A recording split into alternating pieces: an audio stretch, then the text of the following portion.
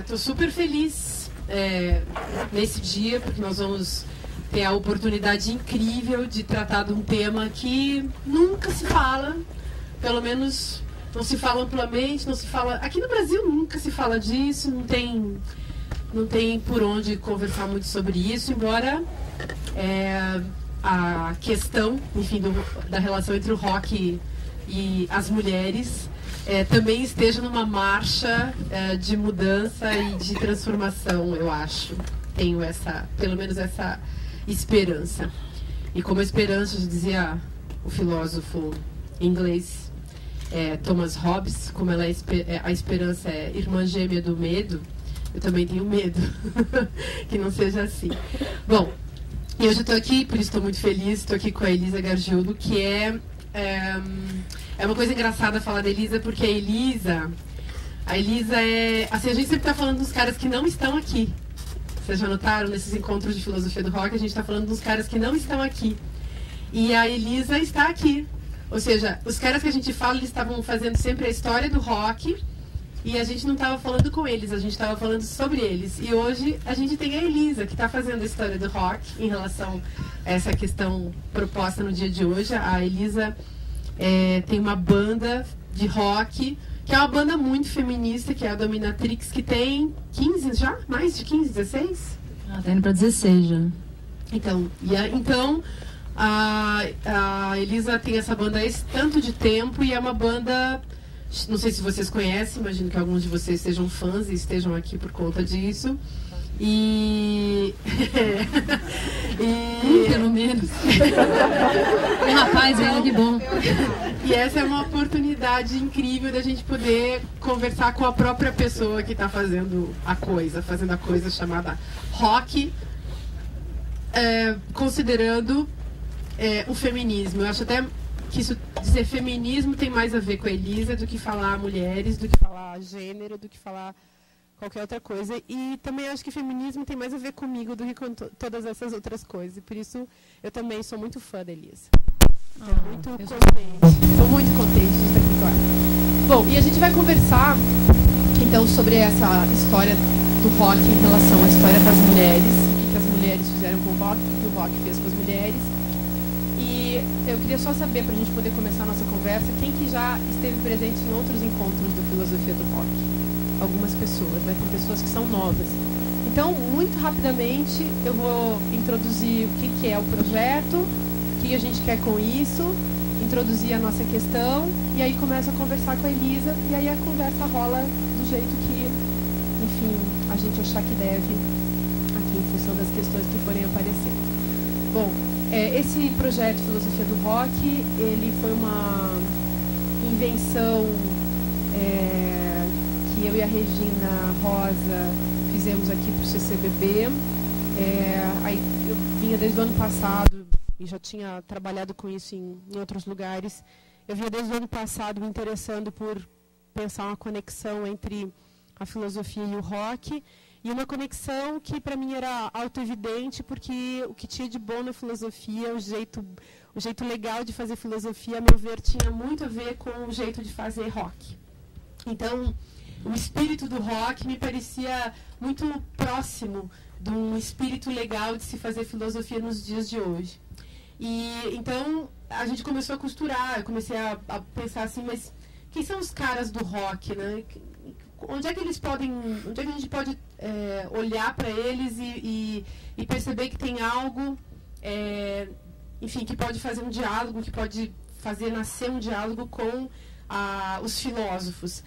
Na verdade, essa metodologia de juntar os filósofos, tipo, teve um primeiro encontro que foi, a gente juntou Bob Dylan com Walter Benjamin. Essa metodologia era muito mais assim, um jeito de fazer nascer a conversa por uma afinidade de tema ou de questão, do que, enfim, uma explicação sistemática e racional da relação entre o filósofo e o músico. E eu optei por fazer a coisa desse jeito para tornar fácil e acessível e interessante para as pessoas. Afinal de contas, muita gente se interessa por filósofos e muita gente se interessa por roqueiros. mas não era assim, não tinha nenhum desejo de explicar a questão do rock por meio da filosofia, muito menos por essa ideia de filosofia como história da filosofia.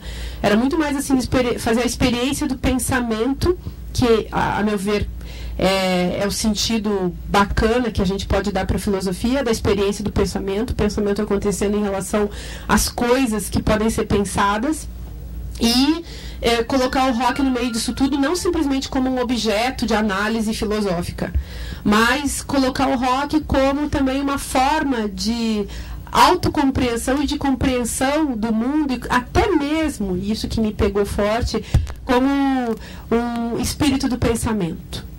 Então, um cogito do tempo. É isso que me pegou, tá?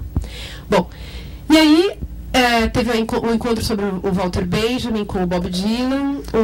Um outro dia a gente conversou sobre os Beatles e fomos atrás de entender Beatles num diálogo com Ludwig Wittgenstein.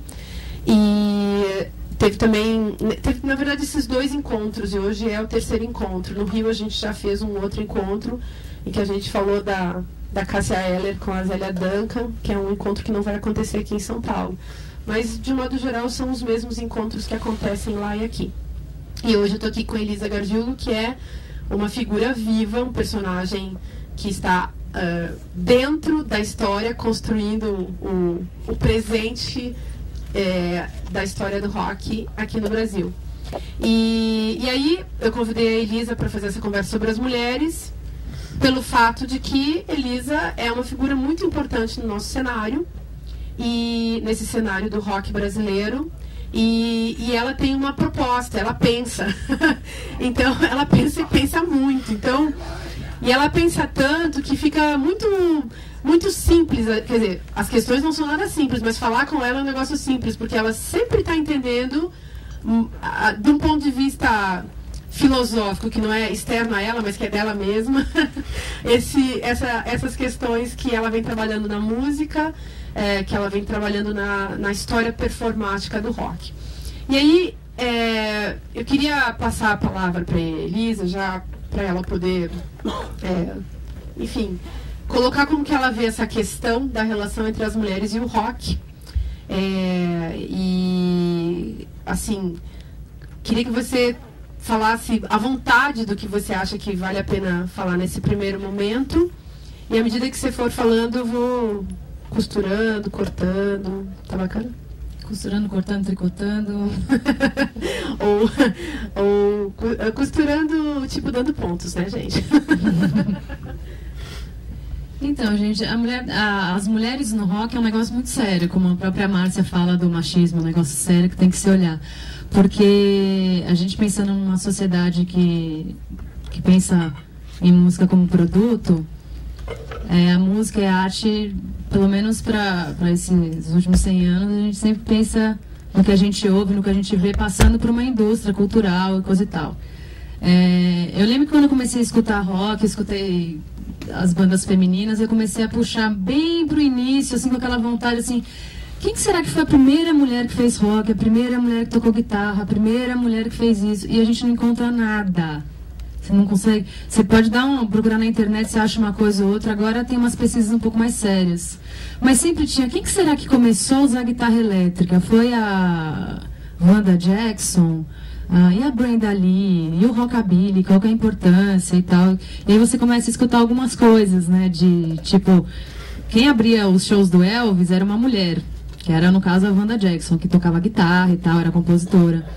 E ela começou a sofrer isso ali, anos 40, 50. Começou a perceber que as pessoas tesouravam ela, né? Então ela mandava os singles dela pra rádio, que eram rocks mesmo, assim, a gente tá falando de mulher tocando rock, né? Blues e tal. E as pessoas não queriam tocar as músicas dela. E ela falou assim, bom, acho que eu vou colocar um country do outro lado, né? Pra ver se alguém toca. Aí começaram a tocar os countries dela, assim. Ela falou, bom, acho que é assim que vou ter que fazer. E aí começou a mudar. A partir das mulheres que começaram a fazer rock, elas começaram, algumas que tinham alguma certa importância, começaram a sair do rock para outros estilos, assim. O que é realmente muito triste, né? Se for pensar o que está perdido de produção feminina no rock, e a gente nunca mais vai ouvir coisas que não foram gravadas. Eu, pelo menos, fico super triste, assim, porque eu queria saber quem que foi.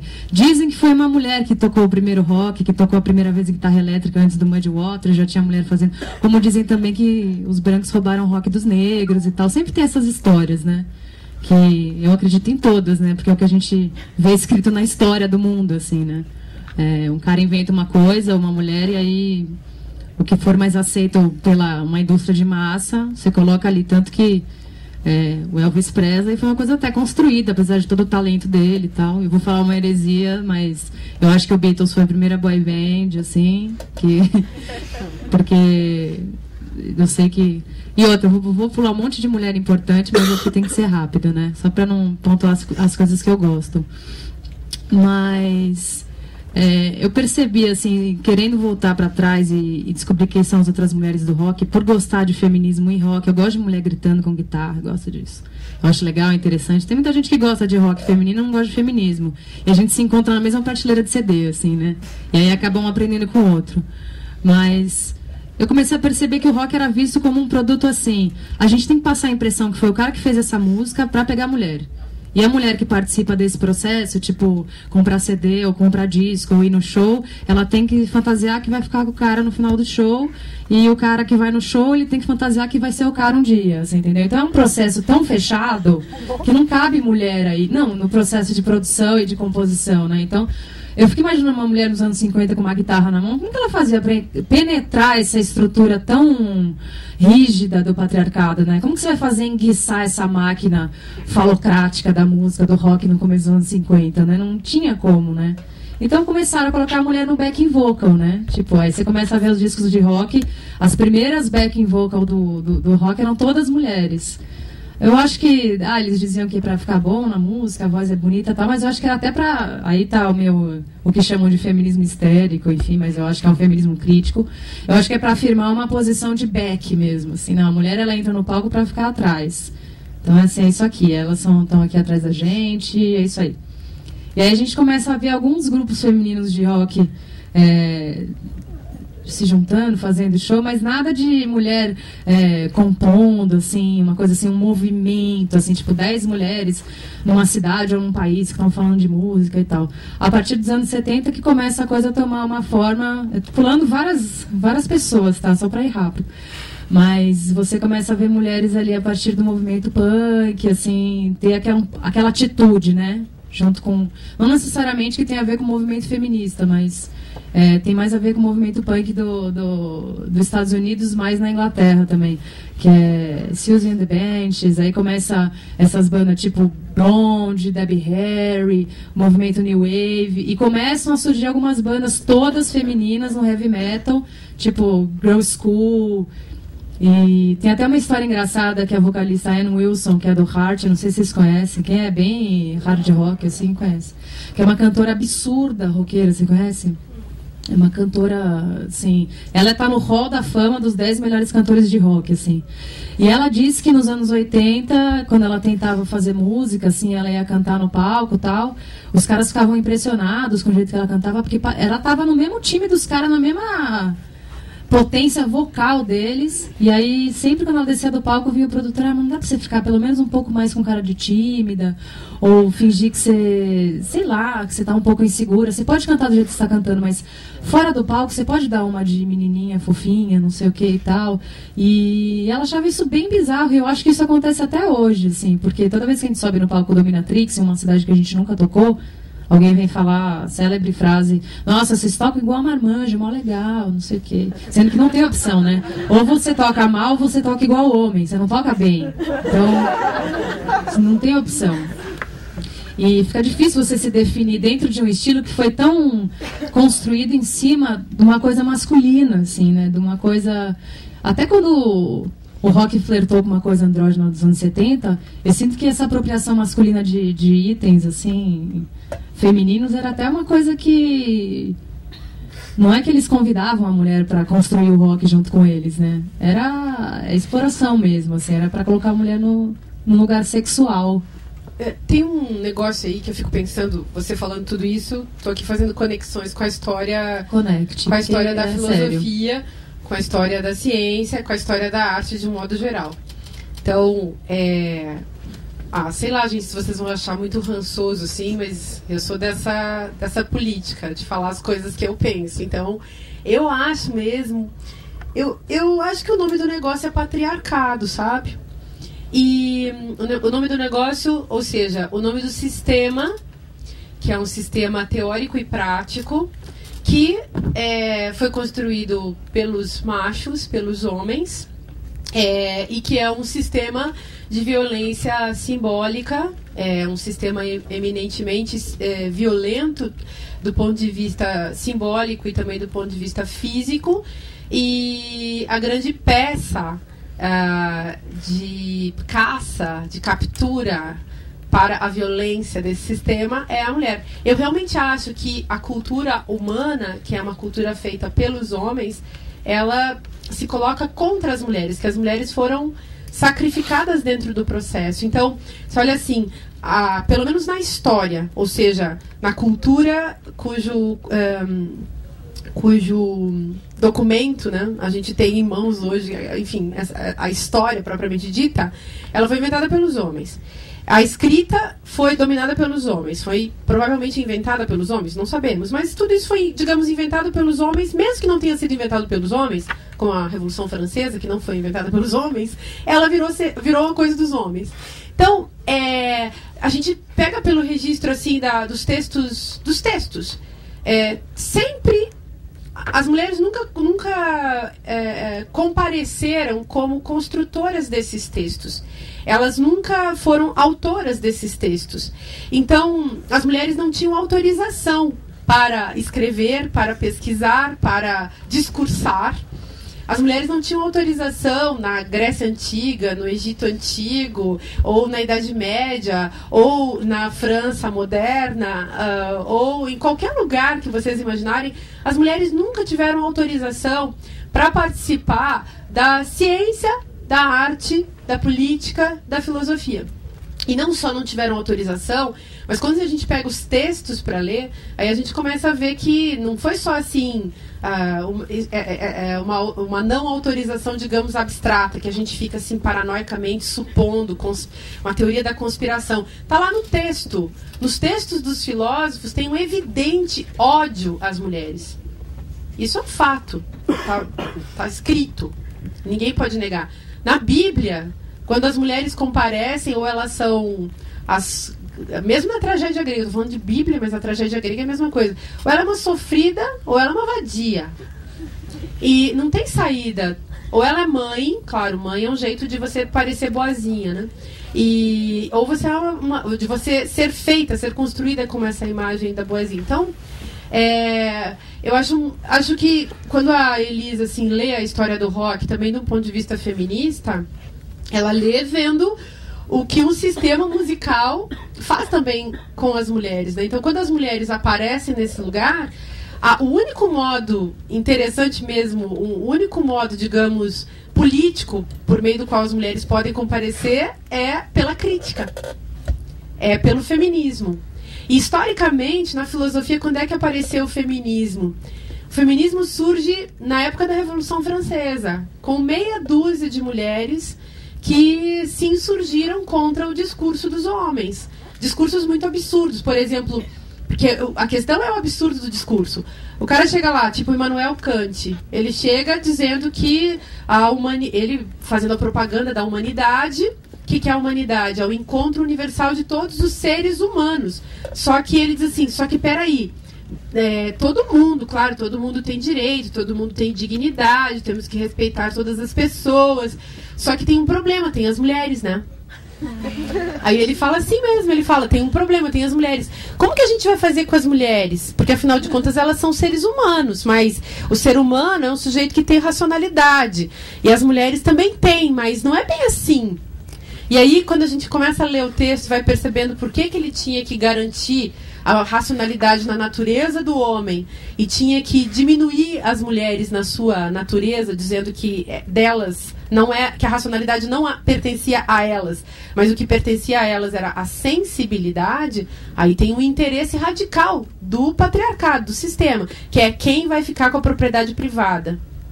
A moça era a única filha do cara, não casou, herdou, Ou casou, ficou viúva e é a única herdeira do cara. E quem é que vai cuidar dos bens dela? Era só isso que interessava. A tutela da propriedade privada. Então, gente, a gente pode achar Kant maravilhoso, ele falando do respeito ao outro. Para dar um exemplo, né? Mas é sempre um interesse patriarcal que está atrás. Até no julgamento daquela mulher que foi guilhotinada na Revolução Francesa, por isso que eu esqueci o nome dela e a data que foi a... Olympe de Gouges. Desculpa, tá, gente? Francês. Falaram que guilhotinaram, a gente vai cortar tua cabeça porque você se esqueceu das suas virtudes de mulher e está se metendo nas questões da República.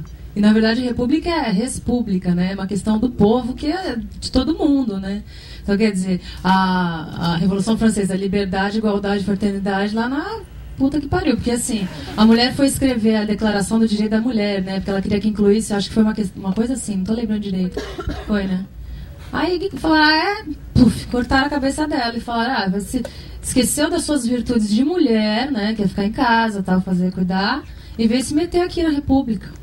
Pois é, mas foi construído como um conceito como de todos, né? E quando que se inventa isso também, que as mulheres têm que ficar dentro de casa, cuidando da casa e não podem tocar guitarra?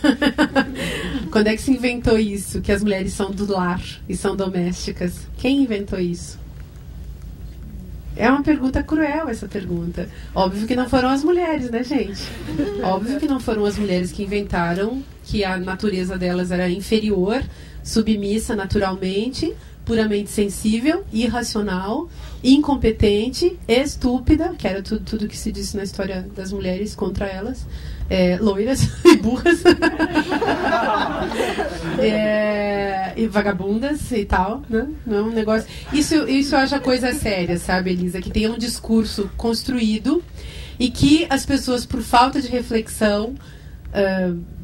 no nosso tempo, a falta de reflexão ela ainda está em vigência, mas, digamos, ela é cada vez mais intolerável, porque nós transmitimos, trocamos informações a todo momento e já vivemos numa sociedade com desejo de democracia, pelo menos. Então, que não se pense nisso e que se continue a defender a ideia de uma natureza dos sujeitos, dos indivíduos em relação a um gênero, eu acho uma coisa bem absurda.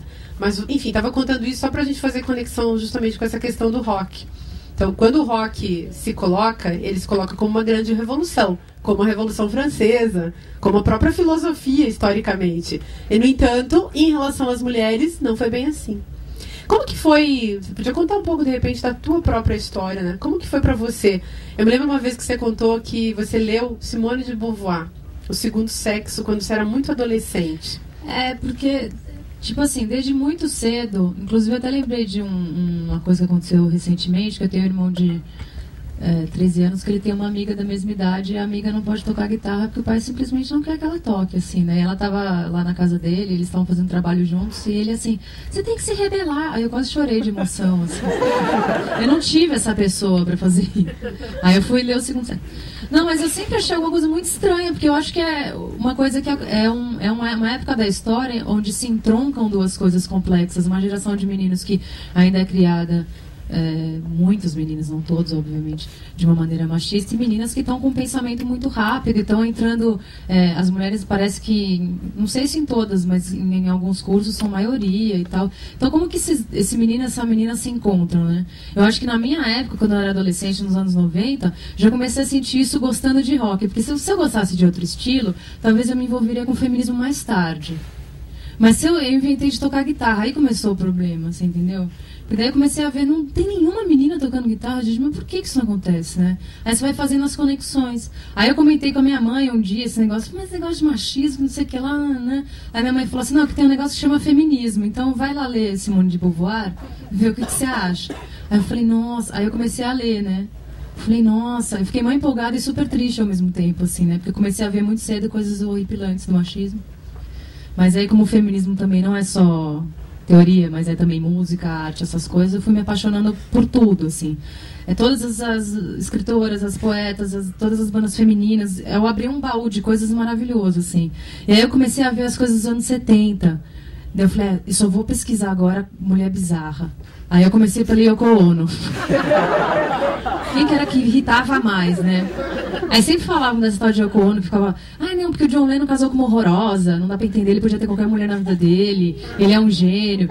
Aí eu falei, nossa, que coisa, a mulher tão odiada, né? Aí eu fiquei sabendo daquele grupo dela lá, como é que era? Fluxos, não sei o quê. E eu pequena, assim, 14, 15 anos. Aí eu falei, nossa, que incrível, né? E ela gritando, fazendo umas vozes, não era de cantora, né? Aí eu comecei a achar aquilo muito louco, né? Que me incomodava. Eu falei, nossa. Aí eu fui começando aí e tal. Aí eu comecei a gostar de punk rock. Aí eu comecei a achar legal essas coisas de 3 acordes, porque eu não fiz aula de guitarra. E aí eu falei, nossa, é muito mais fácil tocar punk rock porque é só 3 acordes. Aí eu fui tocar essas coisas. Grunge, Nirvana, Ramones. Aí fui tocando, né? E não tinha internet. Aí eu ficava ouvindo o programa do Kid Vinil de madrugada, das 10 às 12, e ligava lá. Você pode tocar aquela música que é muito boa, que não sei o que lá. Aí eu ficava tocando, tirando as músicas, comprando coisa na banca. E aí minha irmã começou a tocar, a gente começou a formar a banda. E aí, um belo dia, a gente comprava aquele Melody Maker e New Musical Express, que é jornal em inglês de música, porque não tinha internet. Então a gente ia na banca, juntava a mesada e comprava. Aí um dia, e a gente começou com o grunge, começou a gostar de Hole, que é da Courtney Love. Aí, pois é, gente. Aí meio controverso. Por que controverso? Eu acho ela tão bacana, não, eu vou falar e você vai entender. Aí o que acontece? Comecei a ouvir Hole e tal, não sei o que, ainda não conhecia a Riot Girl, gente. Eu conheci o feminismo e o punk rock. Não tinha isso aqui, ó, no meio, né, essa cola. Então eu não tinha uma gaveta pra mim ainda, não sabia pra onde ir. Aí eu comprei o Melody Maker, aí eu abri, aí tava a Courtney Love com os batons todo borrados, assim, com review assim do Reading Festival. Courtney Love soca a Kathleen Hanna. Aí eu falei assim, nossa. Aí tava assim, Courtney Love bateu na Kathleen Hanna, da banda Riot Girl Bikini Kill. Eu falei, Riot Girl? O que é isso, gente? Que loucura. Aí eu vi que o Girl era escrito com 3 R's. Eu falei, meu, que doido, isso aqui é muito louco. Aí eu falei assim, quer saber? Eu vou comprar esse CD aí, só que eu não sei se é bom. Aí eu peguei o ônibus, fui até a galeria, falei pro homem, falei, ó, encomenda aí, porque você comprava CD lendo o agradecimento de outro CD. Você não... Era assim que eu comprava CD, eu tinha 31, tá, gente? Eu abria, comprava um CD de uma banda que eu gostava, aí ele, agradecimentos, aí tinha várias bandas, assim, aí a gente comprava todos, tinha um monte horrível, assim, mas uma hora ou outra aparecia coisa boa. E aí eu comprei o do Bikini Kill, aí quando veio eu abri o negócio, tinha lá Heaven's to Betsy, no agradecimento já mandei vir o outro, e comprava o CD assim.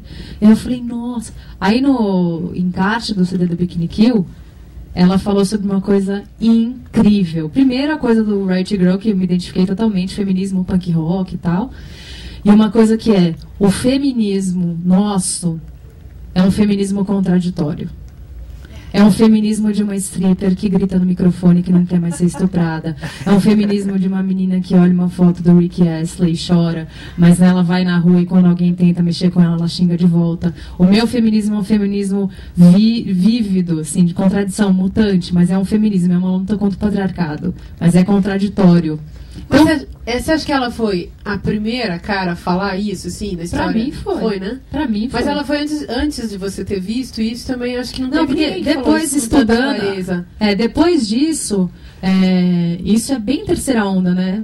Assim, porque o feminismo, assim, resumindo bem rápido. Primeira onda, voto feminino, né? Revolução Francesa, depois voto feminino. Aqui no Brasil, Jornal das Senhoras, era uma coisa voto feminino, um pouco de abolicionismo e tal. Aí depois veio direitos sexuais e reprodutivos, nos anos 70 era a segunda onda, entre outras coisas, o pessoal é político, violência doméstica. E aí veio a terceira onda, que é esse negócio que muita gente não consegue definir muito bem, mas eu sei definir muito bem. É Slut Walk, Riot Girl, Lady Fest, pornografia, é um balaio, assim, de um monte de coisa. E aí o feminismo da segunda onda, que é o feminismo que se firmou como luta e movimento, como nome de feminismo, é um feminismo com certa radicalidade aí nas suas silhuetas políticas. Então não é permitido, por exemplo, você gostar de pornografia e ser feminista. Você... Então essa fala da Kathleen Hanna dentro do encaixe do CD, pra mim foi nova, porque eu achava que o feminismo era uma coisa que não podia ser... Não podia conversar com coisas assim, mais espinhentas, tipo... Mas você conseguia se dizer feminista nessa época? Tão garotinha? Você se dizia já? Sim. Dizia, né, mãe? Dizia, né? A sua filha... Dona, a sua filha é muito evoluída. Coitada. Mas é desde pequena. Esses dias eu tentei dar pra minha filha o segundo sexo pra ela ler. Mas, gente, as crianças hoje... A minha filha tem 14. Elas já estão pra lá de... Não tem mais gênero, né? Não generaliza. Não, mas você é diferente. Não, mas posso dar uma dica? Dá o relatório Wright. É, pode ser, né? Sabe por quê? Porque dependendo é uma coisa que é tão maluca que você começa pela sexualidade, mas muita gente conta isso.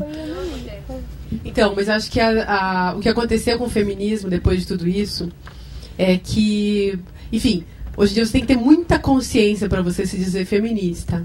Então, feminismo de farra pode até rolar, mas é difícil. E até tem, né? Mas é difícil.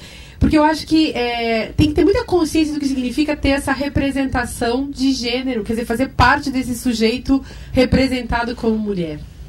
Então, eu só digo, por exemplo, que eu sou mulher porque os outros dizem que eu sou mulher.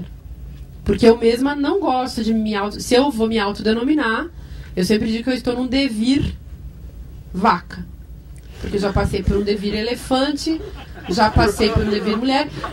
Tenho até descoberto assim, que se eu continuasse fazendo televisão, eu ia entrar num devir Hebe. Por isso também não vou, né, gente? Mas, com todo respeito. Mas até falo do devir Hebe porque quando as pessoas... que gracinha. Falar isso pra sempre, né? De tudo. Mas você já pensou que loucura? Aí quando você é mulher, até, nessa história do devir Hebe tem sentido. Porque sendo mulher, você sempre vai ser medida. Isso já falava Simone de Beauvoir no Segundo Sexo. Você sempre vai ser medida, ou melhor, a Simone de Beauvoir falava marcada. Você sempre vai ser marcada pelo seu sexo. E eu odeio quando alguém vem pra cima de mim como se eu fosse uma mulher. Eu detesto. Eu detesto. Eu, por exemplo, sou imune à cantada. Imune à cantada. É verdade isso, eu não suporto. Imune, como é que é isso? Imune à cantada é assim, se alguém me reconhecer como... Se um cara vem pra cima vem tentando me dar uma cantada e se ele me trata como mulher, já não fudeu. Não vai fuder. Já não rola. Porque eu fico ofendida se alguém me trata como mulher. Eu fico ofendida. Ao mesmo tempo, eu não gosto que me tratem como mulher. Ao mesmo tempo, quando eu quero, num ambiente público, eu gosto de dizer que eu sou mulher. E, aliás, eu fiquei feminista, por isso eu acho muito legal você ter essa consciência feminista tão cedo, porque eu fiquei feminista depois de velha. Então, eu comecei a ficar feminista quando eu estava terminando o doutorado em filosofia, que eu tinha 28, 29 anos. E aí, só aí, gente, eu tenho 41. E aí que eu comecei a ficar feminista, quando eu comecei a me dar conta de coisas que antes eu não me dava conta. E foi nisso, de repente, porque eu troquei meu jeito de vestir, eu comecei a ser tratada como mulher, que antes eu não era. Antes não tinha essa coisa, nunca aprendi em família, nos contextos onde eu estudava, era tudo cheio de homem, então era homem também. Já estava tudo misturado, era tudo de igual para igual. E aí, a coisa de repente, você ser marcada, e quando você é marcada, aí sim, aí você não pode fazer isso, então, mulher não faz isso, mulher não sei o quê. E eu não sabia o que era isso. Isso que eu acho uma coisa complicada. A gente pensa na história do rock, pensa, sei lá, Patti Smith, quando faz suas músicas, quando canta do seu jeito, ela não tá nem aí, né? Quer dizer, ela não precisa. Ela tem umas músicas, digamos... Ela nunca se disse, assim, feminista. Nunca se falou. Ela é uma cara livre. Ela não precisou fazer isso. Ela ou não teve consciência disso, ou não teve desejo disso, ou não quis participar. Porque eu acho que... não é porque pega na nossa pele que a gente tem que ser feminista. Eu acho que todos os homens tinham que ser feministas. E todas as pessoas que são marcadas como mulheres também deviam ser feministas. Eu não preciso ser feminista, gente. Nem a Elisa. A gente faz o que a gente quiser, não é?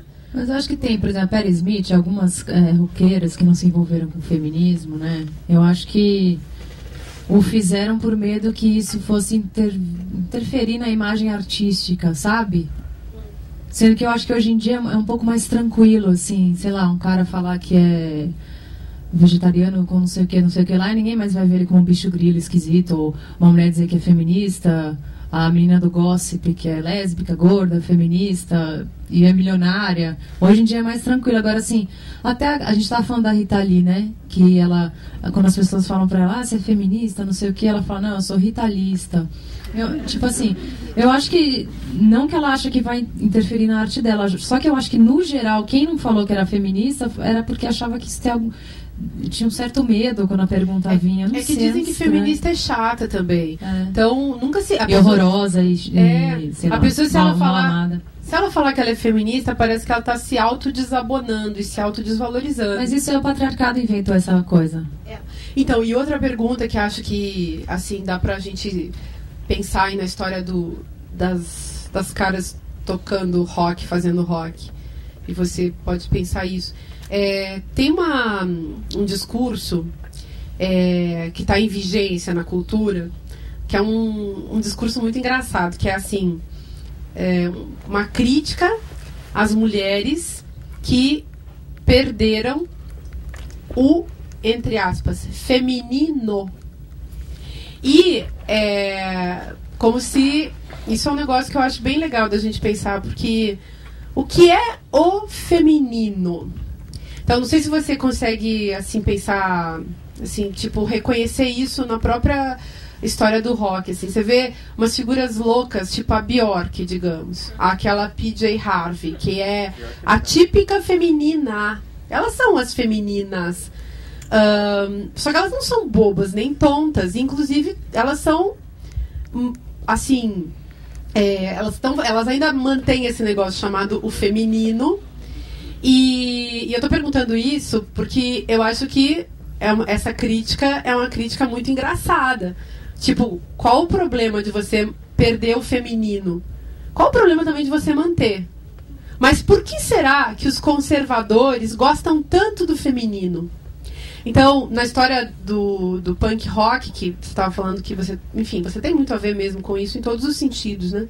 E o punk rock feminista, e aí o Riot Girl, como sendo justamente um movimento que vai assumir uma postura contra o feminino. É contra o feminino, não é?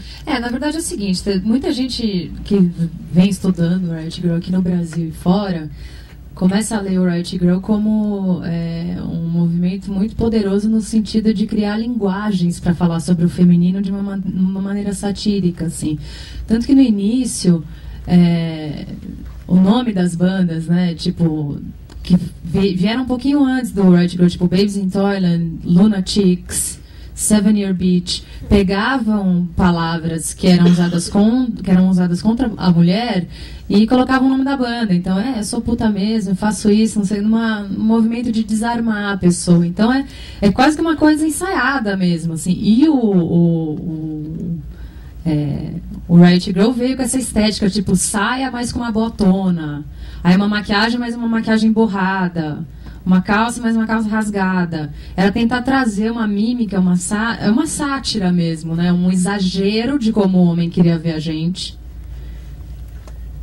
Para que os homens vissem o quão ridículo era você querer que uma mulher se vestisse daquela forma. Ou se ela merecia ser violentada na rua porque ela estava vestindo uma mini saia e tal. Então, no começo do Riot Girl tinha essa estética que eu e minha irmã, a gente apelidava de boneca brava. Que era aquelas... sainha, assim. Coturno, sabe? Depois não precisou mais isso, mas que era interessante. E a coisa de escrever no braço também, né? Que eu acho que tem a ver com a feminilidade também, né? Que é a coisa de chamar de puta, vadia, não sei o que lá, que é uma mulher, só que é uma mulher que não se guarda nas suas virtudes de mulher, assim. Então, assim, elas faziam muito isso, de escrever puta, vagabunda, e tocar o show inteiro com a barriga de fora, fingindo striptease frenético. A vocalista do Picnic Eu era stripper, e ela fazia show fingindo que estava fazendo strip, mas era um strip que incomodava, assim, ela rolava no chão, batia a cabeça. Era um negócio assim que... bem louco. E depois elas ficaram mais velhas e não pararam de fazer isso, mas a estética era essa. E aqui no Brasil, quando o Riot Girl começou também, no Rio de Janeiro, no Sul, as meninas faziam essa coisa de pegar a feminilidade, elevar a enésima potência, até a coisa ficar ridícula, quase assustadora, sabe?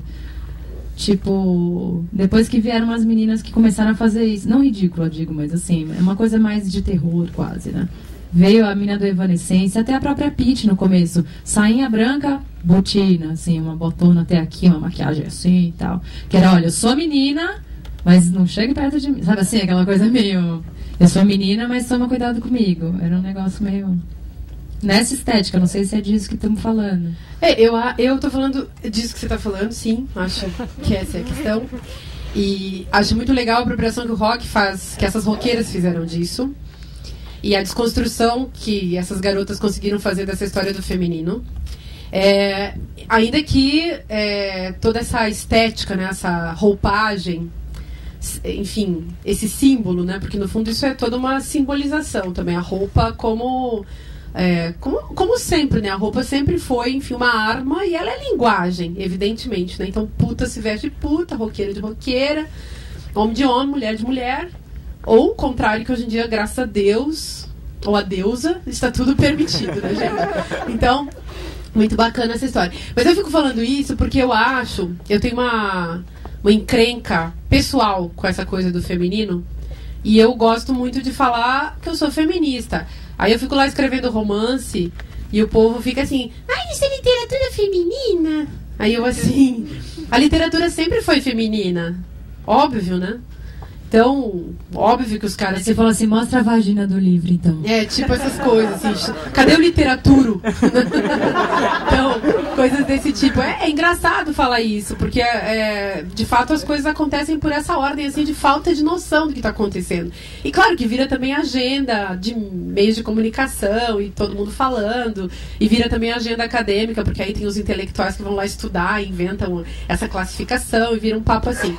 Mas eu tenho uma encrenca porque eu acho que o feminino faz parte dessa história do patriarcado, desse discurso patriarcal. Então, é quase um peso, é uma marca lançada sobre os corpos ditos femininos. É um peso, enfim, o peso da palavra e o peso do comportamento que essa palavra carrega sobre os supostos corpos de mulheres.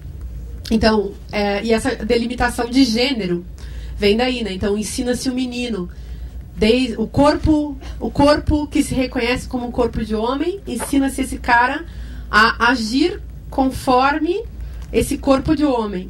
O sexo e o gênero, eles se ligam no discurso, sempre com base numa ideia de natureza, de que se nasce homem com uma anatomia assim, então ele deve se vestir assado, procriar, ter filhos com uma mulher e usar enfim, isso que eu acho, né, um tipo de roupa e ter uma determinada gesticulação. E daí também um tipo de pensamento, um tipo de desejo. Quer dizer, essa pessoa não está livre, o cara não está livre. Estou falando do cara primeiro porque digamos, até mais fácil da gente entender. E as mulheres, a mesma coisa. Então você nasce, cresce, só porque reconheceram no seu corpo ou demarcaram que o seu corpo se classifica assim como mulher. Então você já pertence a uma natureza e o seu gênero deve ser a extensão dessa natureza. Aí, por exemplo, você deve ser mãe e você deve casar com um homem. E você deve servir esse homem. E você deve ser a figura do backing, né? Que é a grande mulher que empurra, que está sempre atrás de um grande homem. Aquele papinho furado. Então, não é curioso que a coisa funciona assim? E aí você deve se curvar à determinação da moralidade que comanda os comportamentos. E existe toda uma crença disseminada socialmente, claro, e que serve justamente à manutenção de um sistema que não preserva a liberdade individual, claro, em relação a isso, enfim. Você está querendo falar, né? Eu estou falando demais. Não, estou pensando na vida, mas eu tive uns insights. Pois é. Quer que eu exponha? Você pode expor. Aliás, a Regina veio descendo, porque quando ela desce, significa que... O código é esse, tá, gente? Que aí a gente já tá falando demais e nós temos que abrir o microfone para vocês. Mas, Elisa, fale, porque depois eu vou passar a palavra pro povo. Tá, não, é só um insight, assim, sobre o Right Girl. Até ele dá uma fechada numa coisa que eu penso na questão da linguagem, que é... será que a gente consegue se transformar de acordo com a nossa própria linguagem? Assim, será que a gente consegue se inventar, assim, sendo que a gente já nasce num mundo com um discurso masculino, nos códigos do nosso corpo, na nossa atitude, na nossa roupa, enfim. E eu acho que o Right Girl, assim, né, puxando sempre a sardinha para ele, porque eu acho que ele é uma coisa totalmente revolucionária, assim, nesse sentido, tenta romper pela linguagem mesmo. Quando você pega uma palavra, já começa a trocar a letra dela, assim, você não escreve mais girl, porque girl é a menininha fofinha, não sei o que lá. Você escreve com 3 R's para dar aquele som de... Então, assim, já você continuamente, de dentro para fora, ou seja, eu sentia isso até quando eu percebi, quando eu descobri que existia. Você percebe de dentro para fora uma mudança, assim, a partir da linguagem, de como você entende as coisas, né? Isso vai quebrando e você acaba tendo um pouco de esperança que você pode definir o mundo de acordo com a sua visão. E eu acho que uma última coisa sobre o Riot Grrrl, que é novíssimo na música, assim, e é uma coisa totalmente... Não é nem controversa, é uma questão de gosto, assim. É o grito. Porque, assim, é berraria total. Tem muita banda com berraria. Tem banda que é muito, assim, bonitona, Slater Kinney, gossip, é maravilhoso. Todo mundo... Tem gente de fora que não gosta de punk rock, mas acha o máximo, o pessoal do grunge e tal. Só que o grito na música, estridente, ou o grito, a voz projetada, teatral, inspirada também pela Yoko Ono, pela vocalista do X-Ray Spex, é uma coisa típica do Riot Grrrl, que eu acho que o incômodo remete muito a essa coisa da mulher gritando, que é a mulher grunhindo, né, como falou o cara lá outro dia, que o cara do Led Zeppelin estava grunhindo que nem uma mulher. Mas é o orgasmo feminino, a mulher dando à luz, a mulher gritando de ódio, de felicidade, de alegria, o grito feminino, é uma coisa totalmente revolucionária, isso ser uma linguagem e ser um código dentro da música. E o Riot Grrrl é o único movimento musical que tem isso como a espinha dorsal, e é doido isso, né, porque você pode trabalhar a voz de um jeito que incomoda, né? Uma música que incomoda, assim, é muito doido. E o Dominatrix tem bastante grito, assim, mas não é o tempo inteiro. Assim, quem não gosta de grito pode procurar a banda, mas... mas é só um pouco, assim. Mas também não tem rock sem grito, né? Rock bom mesmo é rock muito gritado, né, gente? Mas o grito do Riot Grrrl, ele é específico. Se você for ouvir as bandas mesmo, ele tem uma coisa bem... É um grito pior, né? Muito, incomoda muito mais. Porque, assim, a histeria é o silêncio, né? Na verdade, né? Essa mulher você mostrar que você tá... É um silêncio até que prova, né, que existe o machismo, né? Assim... Mas o grito, ele também é uma arma forte, assim. Então, tive insights também, Elisa. A gente está se insightando muito, né? Muito. Não, que o artigo que eu escrevi o mês passado, vai estar agora nas brancas da revista Cult, chama Filosofia do Rock. Eu resolvi escrever um pouco sobre isso. E aí, Filosofia do Rock, e aí tem lá uma parte que chama Estética do Grito. E se eu tivesse conversado com você, talvez eu tivesse pensado nisso, né? No lugar do grito das mulheres nessa história. Porque o rock, a meu ver, ele é um grito. Ele é um grito da voz, mas sobretudo, ele é o grito da guitarra. E aí é uma outra história. Então, agora eu vou pensar o que é um grito de mulher, junto com um grito de guitarra, sendo que a guitarra deve ser uma mulher, né, gente? Porque se você gritar uma coisa tipo contra o patriarcado, é um outro grito, né? E se você gritar um grito que é de uma mulher sendo violentada e você fizer esse grito dentro de uma música e ela combinar com a música, já é outra história também. Então, e aí, tô lembrando aqui, desde o começo você tá falando, eu tô lembrando daquela frase do Marx, que era um cara bom, hein? Vocês já leram? Karl Marx? Esse é o cara. Esse cara, ele falava assim que a mulher é o proletário do proletário. Isso aí vale pro rock, sabe? No rock, dá pra pensar assim, no rock, as mulheres, elas são o rock do rock. Já pensou? The woman is the nigger of the world, né? Já dizia John Lennon. Me pergunta agora? O John Lennon era mulher. Ele tirou licença paternidade, ele falou que ele ia cuidar do filho dele sozinho, né? Ah, que bacana. Ele era um fofo, acho, não conhecia. Ele era uma mulher e fofa. Vamos falar, então? Tá desligado. A gente pode, então, passar a palavra a vocês que estão aqui tão quietinhos. O senhor vai começar? O senhor é sua mãe, eu só quero que você tenha... A minha mãe é um senhor mesmo. A minha mãe é realmente um senhor. E o meu pai é uma senhora. É o seguinte, eu sou da geração sexo, drogas e rock and roll. E as mulheres nessa época, elas jogaram fora o sutiã. Então vocês não falaram isso. Porque eu tinha a sua idade nessa época, tinha 30 anos. Começou essa gritaria nos anos 60, as mulheres vieram para a rua queimando o sutiã e jogando fora o sutiã, porque até aquela época elas usavam. Então, tecnicamente, ninguém queimou o sutiã, ninguém provou isso, mas virou um mito. Não, elas vieram para a rua. Não, mas não tem nenhuma foto disso. Mas para a rua elas já estavam há muito tempo. Mas essa história do Virou, sutiã... não, virou uma coisa... não houve isso exatamente. Me pra contaram que em ridicularizar. Chicago o bombeiro até proibiu, os bombeiros proibiram. Elas estavam pensando em fazer... Não, que teve um jornalista que criou uma manchete dizendo isso, que o sutiã tinha sido queimado.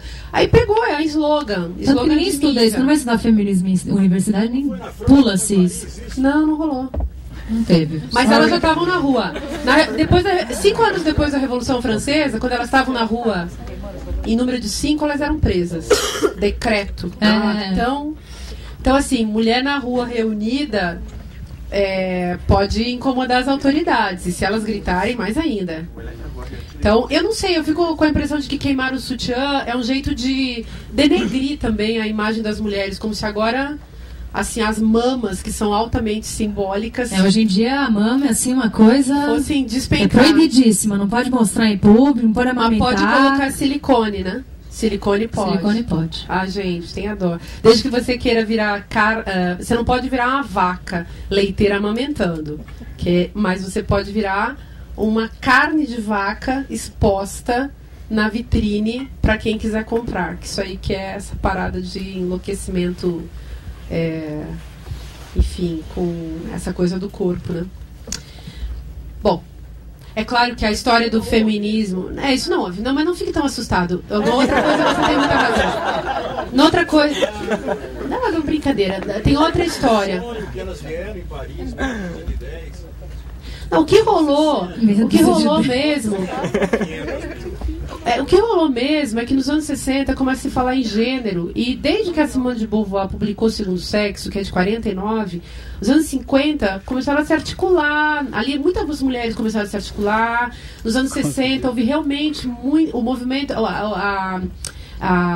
o rock ajudou muito, né? A contracultura, de um modo geral, a coisa do amor livre entrou com a coisa do gênero, com sexualidade, com pílula anticoncepcional. Aí o movimento feminista foi se consolidando para... A saia começou a subir mais um pouco.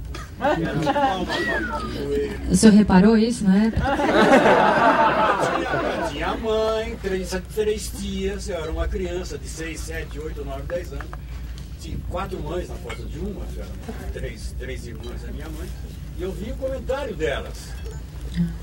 Bacana agora é os caras usando saia, né? Olha, aí é triste ser velho lidar com o moço, viu?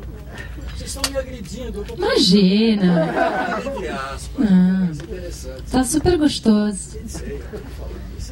A gente é fofa. Tô brincando. Olha que eu sou campeã de esgrima, hein? Quem é que tá com o microfone? Nosso amigo, né, que está presente em todos. Meu nome é Fernando, eu estou mais ou menos na idade dele, então eu peço licença para observar o seguinte.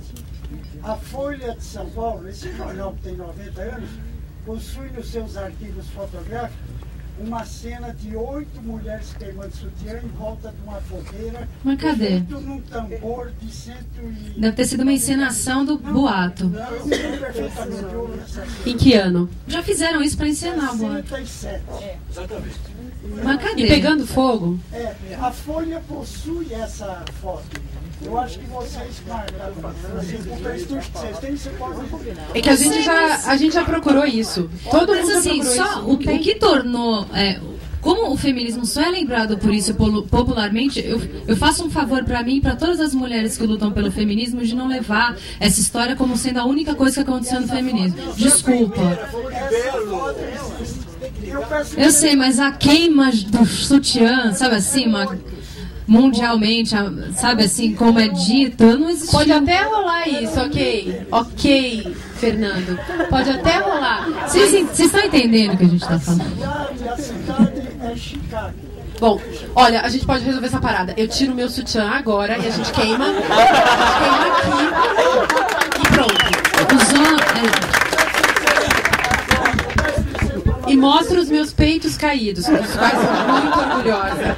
Sem silicone. Cuidado com o Rafinha Bastos. Ah, mas se o Rafinha Bastos aparecer, aí eu levanto a saia. Uma observação, dá a impressão que eu sou machista dizendo isso. Eu sou extremamente feminista. Não confunda feminista com afeminado, nem com feminado. Esse senhor falou uma coisa que aconteceu. A partir dos 5 anos eu comecei a perceber tudo em volta de mim. Então eu exagero quando dizer que sou feliz desde os 5 anos. Aprendi a minha mãe, minhas tias, minhas irmãs, depois minha esposa, minhas filhas, quer dizer, feminista ao extremo. Em 1999, eu estava na cidade de Francisco Beltrão, e minha esposa, a gente era casada há 27 anos, me deu um susto porque apareceu uma moça toda machucada na TV Bandeirantes, mostrando esses pontos assim, feitos no lábio cortado e tal, e ela dando declaração que o marido tinha feito aquilo nela. E eu comecei a ficar revoltado. Eu me exaltei, falei, bandido, desgraçado, vagabundo. Aí minha esposa me acalmou e falou, meu bem, não faz isso. Vai ver que ela inicia. Olha o que aconteceu. Minha esposa, 27 anos casada comigo, me deu esse susto. Falei, espera um pouco, então eu sou marido fracassado. Que há 27 anos que eu nunca bati em você. Ah, nunca bateu porque eu nunca mereci.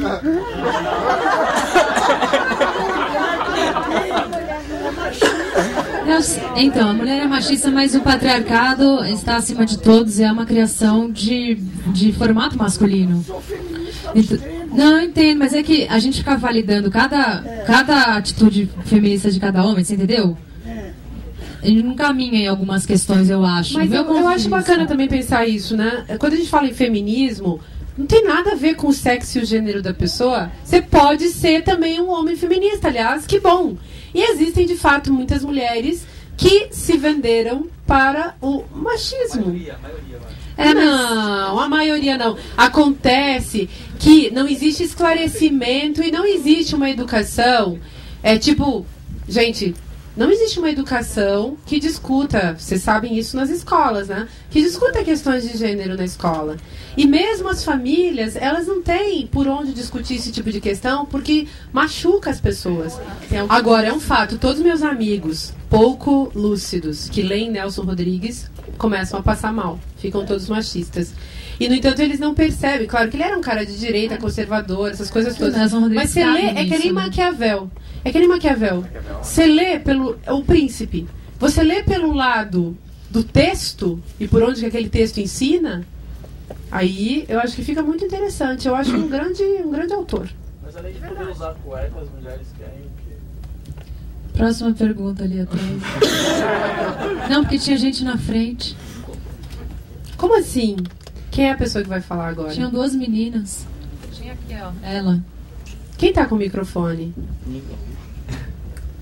Ninguém tem o microfone? Estamos com questão técnica. Ah, estamos com a questão técnica. Vou pegar o microfone de vocês. Ó, vê, quando você fala isso para ser provocativo e grosseiro, né? Que estupidez, né? É porque assim, eu vejo a história. Qual que é a sua pergunta? Acho que ela consegue fazer em voz alta, né? Não, eu ia tocar justamente... Aí eu repito aqui, ó. Eu ia tocar justamente nesse ponto, porque existe as mulheres machistas, né? Porque a sociedade... Obrigada. A sociedade, a patriarcal, ela é tão forte que as mulheres, sem perceber, principalmente de algumas gerações anteriores, umas 2 ou 3, elas cresceram dentro daquele estereótipo feminino delicado e se tornaram machistas sem perceber que elas estavam sendo machistas. Então elas estavam ensinando para suas filhas ideais machistas sem perceber o que elas estavam fazendo por uma coisa que elas aprendiam com os pais. A mulher ela acaba sendo cúmplice do patriarcado. Isso é como ele funciona, não tem? E as mulheres que tentam se libertar, elas passam por um processo de preconceito. Porque olham torto para ela falando, nossa, ela tá fugindo da regra.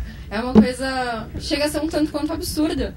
Mas é uma coisa que pode ser quebrada com o tempo e com... Quebrando umas guitarras. Quebrando umas guitarras, com certeza. Tem um negócio que eu acho legal de falar também, que é assim, não são as mulheres que educam as mulheres e as mulheres que educam os homens, tá? É todo mundo se educando, todo mundo, né, gente? Então, você assiste TV, ouve música, sai na rua, vê coisa. Então não é uma mulher que vai, não é a mãe da pessoa que educa a pessoa. A mãe da pessoa só é a mãe da pessoa. Não, esse é um discurso até para naturalizar o machismo, né? Para dizer, olha, quem me ensinou a ser machista foi minha mãe, então ela é mulher, então acho que é isso. Acho que é natural, né, esse ciclo. E na verdade. E é a própria estrutura sistemática do patriarcado. A criação de um discurso, de uma prática, e as mulheres não têm saída dali. Então, nas práticas, as mulheres podem ficar, digamos assim, elas foram historicamente transformadas em bonecas. E tem uma história pra gente entender isso. Então, você sai, sei lá, falar um pouquinho disso, tá bem rápido, mas vai gastar um pouquinho de tempo. Que é assim, você pensa, nos registros da Grécia Antiga, o que a mulher tinha que ser? Ela tinha que ser a fofinha, boazinha, que ficava dentro de casa, junto com os animais e junto com os escravos. Ela não tinha direito de voz. Ela não podia falar. E ela não podia fazer nada que não fosse ficar na dela dentro de casa. Os homens tinham o direito de ir para a rua, para a praça pública, fazer o discurso político, definir os destinos da sociedade. As mulheres não contavam, elas não entravam nem no censo. No direito romano, elas começam a ter o direito de divórcio se elas fossem boas parideiras. Olha como o direito romano evoluiu. Na Idade Média, as mulheres já estavam, enfim, cuidando da vida delas há muito tempo e elas foram transformadas em bruxas. Para deixarem de ser bruxas, elas foram transformadas ali na saída da Idade Média para o começo da modernidade, passando ali pela Renascença, elas deixaram de ser bruxas, e como bruxas foram queimadas, e quem eram as bruxas? Eram nós seríamos queimadas. Imagina, você é dona do seu nariz, faz o que quer, vai para onde quer, enfim, e ainda por cima fica estudando, entendendo de medicina, entendendo de política. Ferrou, né? Você vai se dar muito mal nessa sociedade. Então, queima. Aí você deixa de ser bruxa e, para que isso parasse de acontecer, transformaram as mulheres em mães. Aí vem o culto da Madonna, da mãe, da mulher que é doce, suave e que, enfim, não incomoda ninguém. Aí vem, que é junto com a mulher bibelô. É no século XV que começa a deitar as mulheres na história da arte. Antes não existia isso. Aí você começa a pintar aquela mulher que é lânguida, deitada, pelada, e que está sempre ali, não abre a boca, não tem atividade, ela não está fazendo nenhuma atividade política, nenhuma atividade de trabalho, ela não tem nada, ela só fica daquele jeitinho, e aí ela segue desse jeito e se transforma depois, para poder continuar sendo suportada pela sociedade. Ela é essa mulher deitada, bibelô, enfeite, e ela é transformada numa mulher doente no século XIX. Então, o século XIX é o século das mulheres doentes, do culto do invalidismo, da mulher inválida, da mulher tísica, da mulher branca, da mulher que parece morta, da mulher que, enfim, não vai incomodar ninguém porque ela vai morrer logo. E aí os românticos ficam cantando fazendo aqueles poemas incríveis para aquelas mulheres que morrem com 15 anos, 18 anos, né, 20 anos. A amada é sempre morta. E tem isso. Então, quando a gente chega no século XX, realmente é apavorante o que as mulheres começam a fazer. Porque antes existe um desenho dessa figura da mulher, que é um desenho totalmente interesseiro. Quer dizer, eu faço você ser uma estúpida, uma imbecil, uma sem vontade, uma sem ânimo, uma sem desejo, uma sem poder, que essa é a questão no fim. Eu faço você não ter poder nenhum, só tomando o poder. Eu tomo o poder para mim, e para você não ter poder, eu te violento. É assim que funcionou. Pelo menos é assim que eu gosto que eu acho que dá pra gente contar a história. Enfim, mas estou falando isso só pra gente entender como as mulheres foram construídas, como elas são desenhadas desse jeito, pintadas desse jeito. O cinema tá cheio disso até hoje. Eu tenho uma restrição séria à questão da pornografia por conta disso também, por conta dessa plastificação e imbecilização das mulheres, que é construída por um discurso imagético e um discurso propriamente dito, né? Um discurso linear, um discurso pela palavra. Isso está dado. E acho que a gente tem que mexer com isso. Então, tem várias artistas, várias... Nem tantas, mas tem um tanto de artistas, um tanto de pessoas que estão fazendo música que vão desmanchando isso, um tanto de gente que faz teoria que vai desmanchando isso, mas o mais difícil mesmo é desmanchar a cabeça do senso comum, né? Que o senso comum é de lascar. Quem está com o microfone? É só para fazer um comentário, na verdade, não é uma pergunta, para discordar de um ponto que foi levantado. A Elisa falou em um momento que a Patti Smith, por exemplo, não se assumiu como feminista na carreira dela, porque isso de alguma maneira atrapalharia a vida artística dela. Não, eu não sei. Eu falei que eu não sabia, mas que dava uma impressão para algumas artistas. Sim. Isso foi exatamente o que eu falei. É esse comentário que eu acho. Eu acho que é muito fácil olhar para artista como ela, que meio que se veste homem, é estranha, cabeluda e tal, feia, e esperar que ela seja automaticamente feminista, sabe? Eu não acho que precisa ter essa necessidade de a mulher que faz rock tem que ser feminista, a mulher que não faz rock não, mas eu não acho que tem que ter isso. Mas eu acho que é bobo, às vezes, algumas mulheres que não precisam e que até gostariam de colocar coisas mais intensas na letra das músicas e não fazem, às vezes, por uma coisa que eu acho que hoje em dia até daria pra fazer. Só que é uma coisa, o machismo é super internalizado, né? Eu julgo e não julgo essas mulheres, entendeu? Eu não acho que toda mulher do rock tem que ser feminista, mas eu acho que não tem que ser, ninguém tem que ser nada, né? Até se você tem uma militância pela liberdade, você nunca pode dizer que o sujeito tem que fazer isso. Então, o máximo que você pode fazer é convidar as pessoas para serem ou não serem, né? Mas você vê, a Patti Smith, por exemplo, e é uma cara inacreditável, né? É uma grande cara, e ela é muito livre. Eu acho uma grande roqueira, uma grande artista. E, assim, ela não está inscrita no estereótipo da mulherzinha gostosa, que é a mulherzinha desejada pelo patriarcado. E aí, só isso já, claro, já liberta a figura de não ter mesmo que fazer cena nenhuma. Não diminui em nada. Também se ela fosse uma linda gostosa. Que nem aquela Courtney Love, por exemplo, que é totalmente louca, que eu acho muito legal. Ela é uma tremenda de uma linda gostosa. E é muito interessante assim, a performance autodestrutiva dela também. Porque é uma pena. Enfim, claro, mesmo outras caras assim que tem esse... A Lady Gaga. Pois é. Mas você leu rock, né? Mate-me, por favor. Tem mais gente aí, né? Que fala dela. Eu não sei, eu peguei um pouco de... Eu achava que até na época, assim, ela tava jogando com os caras na questão do machismo. É que o meu comentário era a ideia de que é muito fácil ela não ser a gostosa, então já olhar pra ela uma parte do machismo mesmo. Ela é feminista. E eu acho que ela não precisa ser feminista, ela não precisa, ela é mulher. Ninguém precisa. Eu não preciso.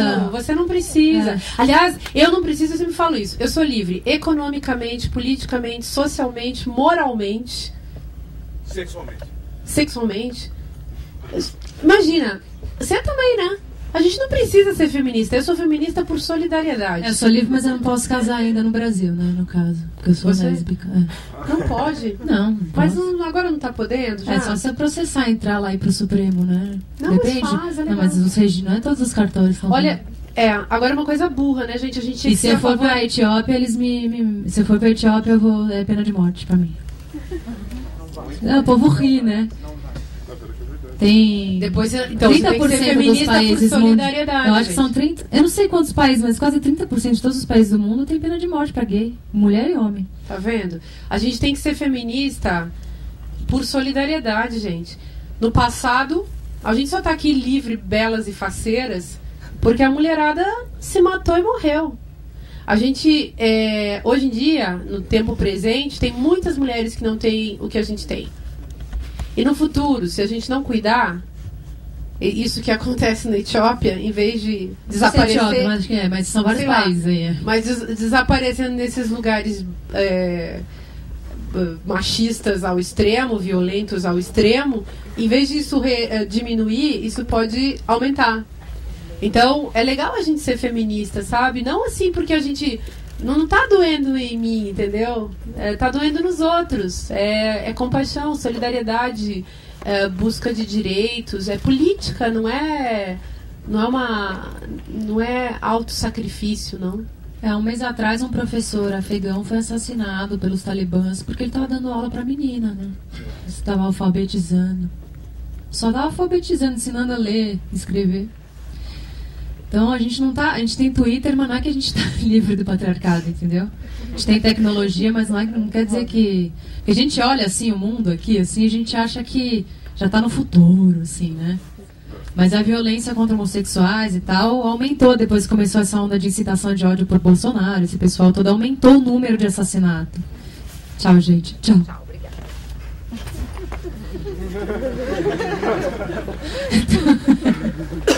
Então, assim, não precisa ser feminista, mas o que a gente pode fazer para, né, tornar o mundo menos asqueroso, né? Quem tá com o microfone? Só um pouquinho, Maia. Pode comentar. Você percebeu, não sei se você percebeu, mas eu achei muito legal, porque ele enumerou um monte de qualidades do Pat Smith. Ela é estranha, feia. Não, eu não falei isso. Eu falei que ela cai no estereótipo disso. É que, ao mesmo tempo, eu acho que o machismo, a sociedade põe estereótipos na pessoa feminista. Ou seja, a Pat Smith seria uma perfeita cobaia para ser uma feminista. Ela se veste de homem, ela é estranha, ela não sei o quê. Isso que eu falei, que não, ela cai naquilo ali de ser feminista, mas talvez ela não precise. Ou seja, ser. É fácil, desse ponto de vista patriarcal, Isso, olhar para ela assim, né? Que ela é feminista. É. Então, e aí quando eu fiz a provocação, foi uma provocação mesmo, porque eu acho que a questão estava muito uma crítica de gênero. Eu acho que não é por aí. O que é uma crítica de gênero? Porque me parece que o feminismo reivindica mais os direitos que o homem tem na sociedade. As mulheres querem vestir cueca, querem... Desculpa. Beleza. Eu acho que a gente tem que fazer uma crítica mais profunda.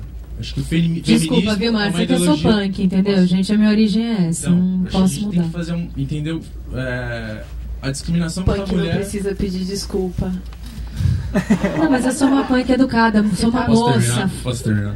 Fui criada pra fechar a Aí já não sei, porque assim, você vai fazer uma pergunta que eu já sei onde é que vai parar. Vamos ver se você me surpreende. É tipo um acidente de carro, você não quer olhar, mas a gente vai olhar. Clichê. Você sabe que não é bom, mas a gente vai olhar. É clichê, mas acho que tem que ser repetido. Vai lá.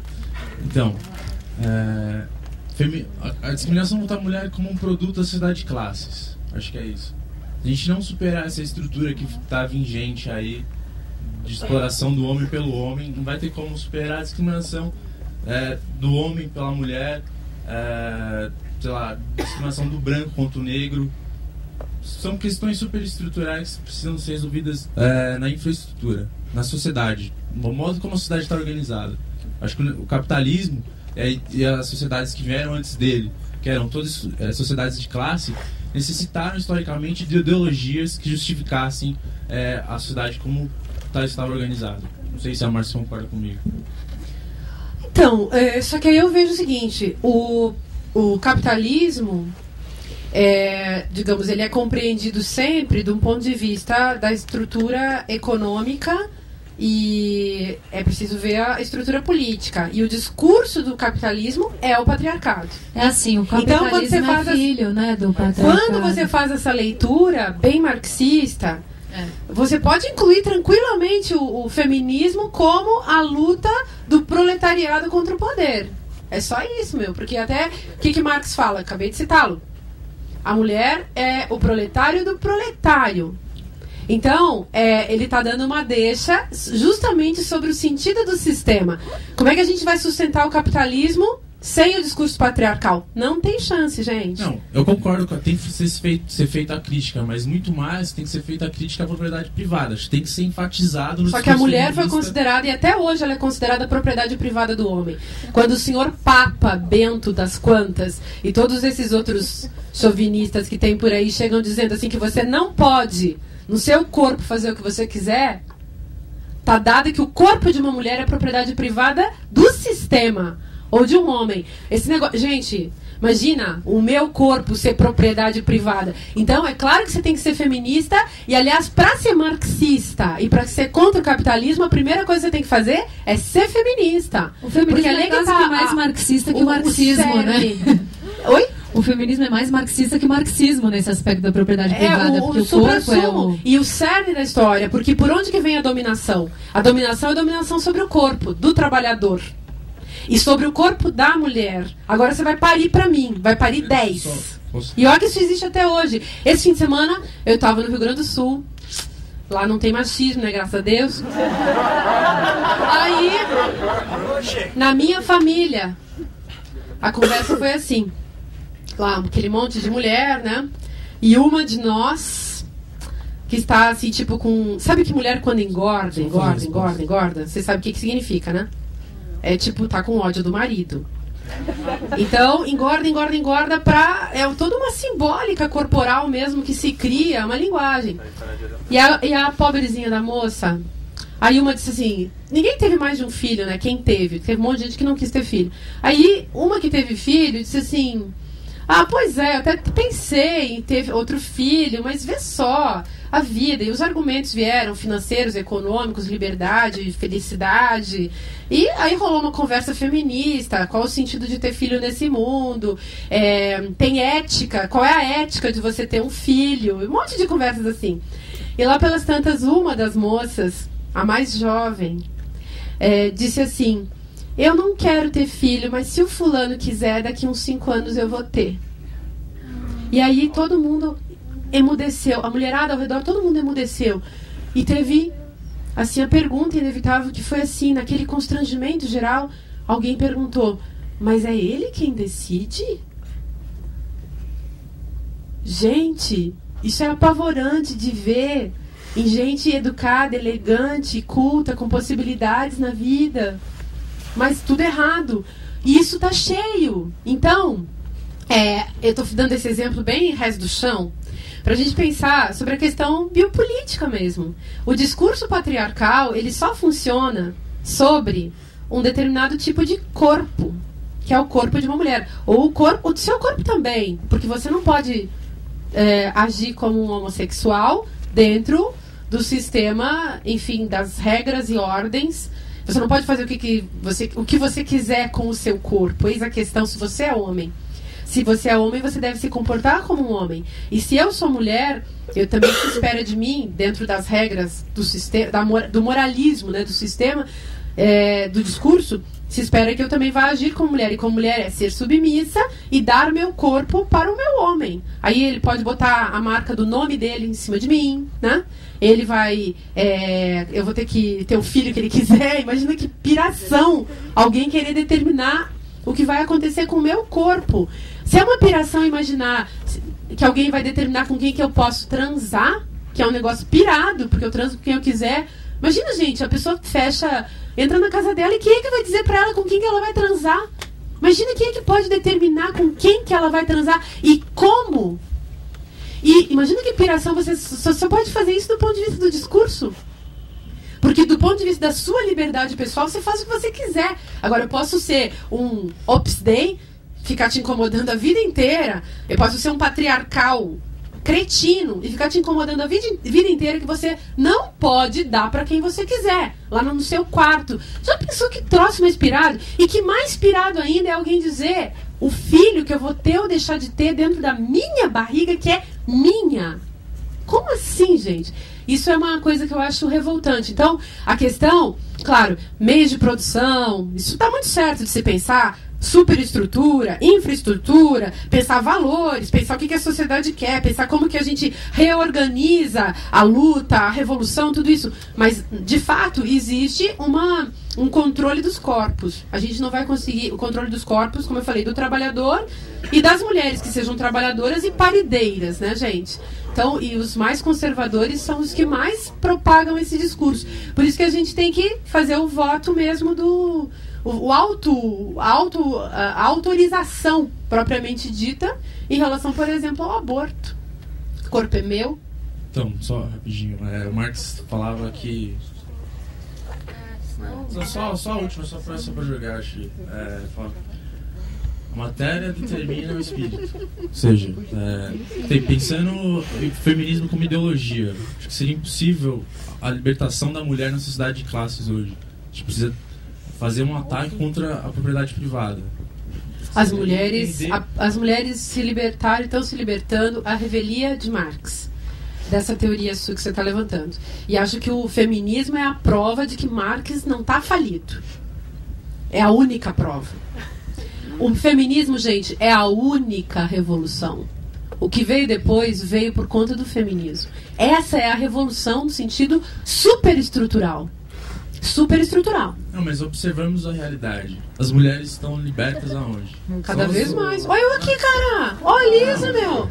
Olha essa mulherada toda aqui que vai pra onde é a mesma coisa que assim, o movimento negro fala. A gente pigmenta, coloca alguns elementos que foram explorados historicamente, sei lá, um negro. Mas é processo, numa fábrica, e a gente fala que a gente tem tá democracia. Em processo. Não tá pronto, tá em processo. O pessoal da plateia tá começando a ficar Quem inquieto. tá com o microfone? O cara decora livro daí pra cá. Mas a coisa tá em processo. Então tá em processo, não tá pronto. As mulheres não venceram, elas estão vencendo. E vencendo uma luta de classes sexuais. Desculpa a minha deselegância. Tudo bem, você é homem. Ouvindo ele, eu fico pensando, coitada da mulher negra, então, né? Porque... Coitada mesmo. Total, né? Nem entrou no... Aí você tem a obrigação de ser feminista. eu, aliás. Você? Mas... Você é bem pouco negra. Isso também é péssimo de se ouvir, mas tudo bem. O Fernando Henrique falava, tem o pé na cozinha. É pior ainda. É pior ainda. Todos nós, inclusive o senhor, né? Engraçado, todos nós temos um pé na cozinha. E um pé na floresta. A única coisa, como brasileira, que eu tenho certeza é que eu sou mestiça. E com orgulho. 100% mestiça. Mas, ouvindo esse alvoroço, quando se fala de feminismo, sempre rola um alvoroço.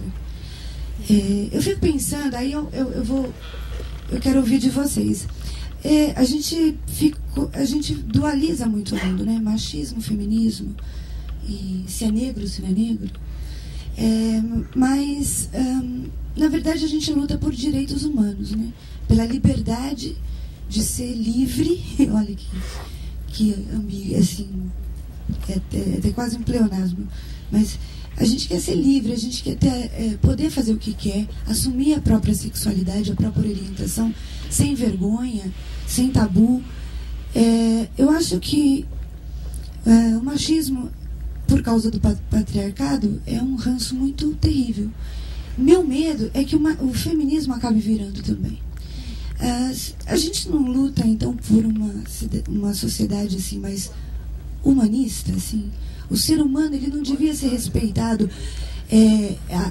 A mulher é um ser humano e, como mulher respeitada, independente da sua orientação sexual, ela não é um produto, ela não é um objeto.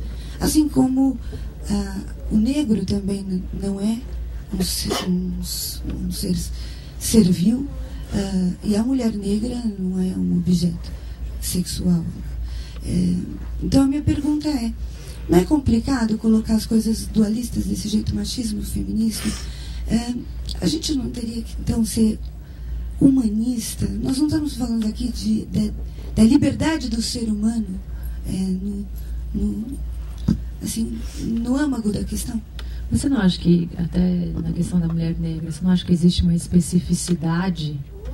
Porque como que a gente vai começar a falar? Como é que vai se organizar, então, essa luta por uma igualdade de todos e todas, sem se discutir as especificidades? Então, Elisa, é isso que eu me pergunto. Seria igualdade? Ou eu não quero igualdade, eu tenho necessidades especiais. Eu, quando engravido, eu preciso da minha licença maternidade para amamentar minha filha. Se você quiser engravidar. Se eu quiser, exatamente. Aí tem também falando. Isso, porque a mulherada não sabe que ela não precisa disso, humano, né? Eu não quero um mundo igual. Eu quero que o mundo atenda às minhas necessidades. Eu quero poder amamentar a minha filha, sei lá, 180 dias. Tá, mas posso fazer uma análise das suas colocações? Posso, Elisa? Vê. Coisa muito complicada. Quando você fala assim, eu quero os meus direitos e as minhas necessidades bem tratadas, bem cuidadas, isso todos os indivíduos querem. E o problema é que os indivíduos todos têm seus desejos e suas liberdades tolhidas pelo coletivo. Então é muito importante a gente agir, não apenas pensando na nossa individualidade, mas nas conquistas coletivas que vão respeitar as individualidades. Então, quando se decide, por exemplo, que haverá licença maternidade para mulheres, isso é uma conquista para a coletividade. Se os homens se articulam, e claro, passou por uma articulação social que deu na lei. E a mesma coisa podia ser pensada para os homens e para outras pessoas, para negros, para gays, para, enfim, todas as assim chamadas minorias, sendo que as mulheres só são minorias do ponto de vista do poder e não do ponto de vista do número. Também tem isso, que esses termos são estranhos, né? Enfim. Mas a coisa complicada que eu vejo no seu discurso é o seguinte, o discurso da humanização. Claro que todos nós somos seres humanos. Quando eu citei, por exemplo, Kant, eu estava citando Kant porque a ideia de humanidade nem sempre esteve em vigência na história do pensamento, e, portanto, ela nem sempre orientou a ação humana. Então, que sejamos uma espécie humana, os filósofos tiveram que ficar puxando essa conversa. Então, Marx, por exemplo, que você citou, que é um pensador que eu já citei antes também, que eu gosto muito, ele falava em ser genérico. Ele falava desse ser humano que é o universal presente na pessoa de cada um. Mas isso é típico da filosofia alemã. Hegel, Kant também preconizavam isso. E Kant, que foi o sujeito que eu falei antes, ele fazia uma propaganda da humanidade como conjunto de todos os seres humanos, ressalvando que mulheres não era bem assim. Então, não era bem assim. A mesma coisa continua hoje. Humanidade de quem e para quem? Os nazistas também preconizavam a humanidade dos arianos contra a desumanidade dos judeus. Então, a briga... Não, mas a briga é justamente essa. Não, no estágio em que a gente está, só para concluir o que você falou, não se trata simplesmente da gente buscar um equilíbrio. Se as feministas não tivessem se movido contra o outro lado da história, se elas não tivessem se erguido a mão e quebrado e brigado e falado e exigido, e se elas não tivessem também assumido os meios de produção intelectuais, artísticos e científicos, se elas não tivessem e não tivessem também entrado no mercado de trabalho e, enfim, usado sua força também física como operárias, porque as mulheres operárias foram muito importantes nos movimentos feministas, se isso tudo não tivesse acontecido, você continuaria sem a permissão de fazer essa pergunta que você acabou de me fazer. E eu não poderia ser uma professora, doutora da universidade, nem a Elisa poderia ser uma artista, roqueira, enfim, e dizendo o que pensa, porque era proibido.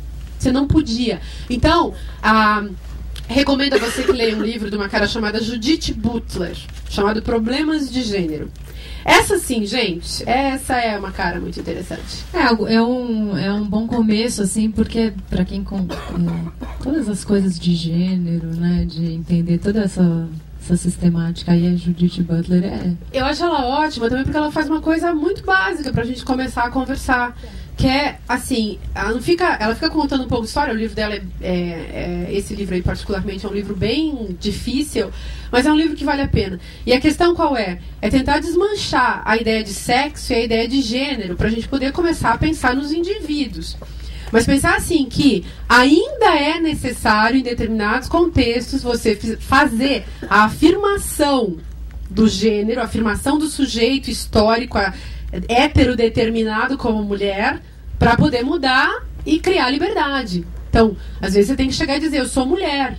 Você não é que você queira sustentar a sua essência. Isso já existiu no feminismo, o feminismo essencialista, que é assim, eu sou mulher, então eu quero os meus direitos de mulher. A gente pode até ser colocadas no mesmo lugar como mulheres, mas eu, por exemplo, não me vejo como mulher.